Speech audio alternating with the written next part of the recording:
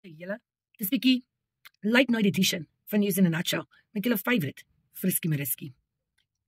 Okay julle, so, die cat fight tussen Solidariteit en die Gauteng premier Panyaza Lesufi duur voort. Okay, soos julle sal onthou, verlede week maandag het Panyaza Lesufi op in sy beste panty gepoef, toe hy die 70 meter lange billboard banner op die M1 gesien het, wat Solidariteit daar gesit het, met "This is the most race-controlled country ever".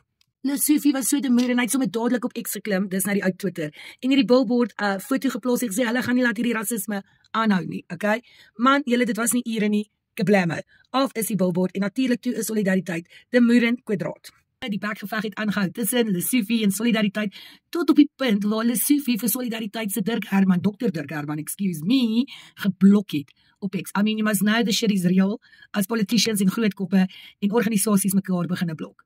Maar dit was nie al nie. Toe het Solidariteit hof toe gehol met 'n dringende aansoek, want hulle soek hulle banner terug, okay?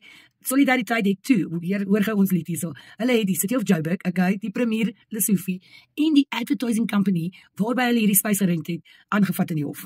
En julle, toe sien ons uit na 'n groot geveg in die hof, maar hierdie was short-lived, want dit was nie 2 dae later nie, toe kondig Solidariteit aan, dat daar 'n skikking buite die hof gemaak is. En ons sou nou dink, dit is nou die einde van die drama. En nee, dis nie regte trane nie. Dis like nooit nuus. Solidariteit sê toe dat hulle geskik het met die City of Joburg en dat hulle vlag gaan terugkry sonder enige kostes en what. Hulle sê toe ook dat hulle verder sal vervolg met die advertising company waarby hulle hierdie spasie gehuur het en volgens hulle alles reg was. Toe het City of Joburg ook 'n statement uitgesit, waarby hulle sê Solidariteit jok en hulle sê dat hulle het van die begin af met Solidariteit probeer onderhandel om hierdie vlag banner by hulle uit te kry, maar hulle sê Solidariteit wou aandring dat die City of Joburg moet om verskoning vra.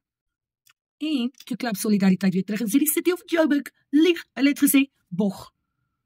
So julle, al wat ons nou weet is dat daar vele meer Solidariteit advertensies / billboards op is om en met Gauteng en dat dit dieselfde boodskap het as the most race control country.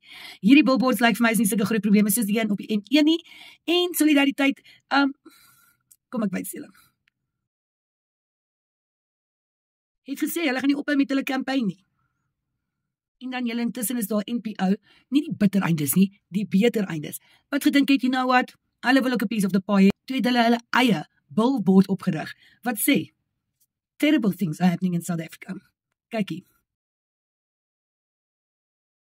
Nou wil ek julle vra, wat is julle opinie oor wie dink julle is reg, wie dink julle moet weg?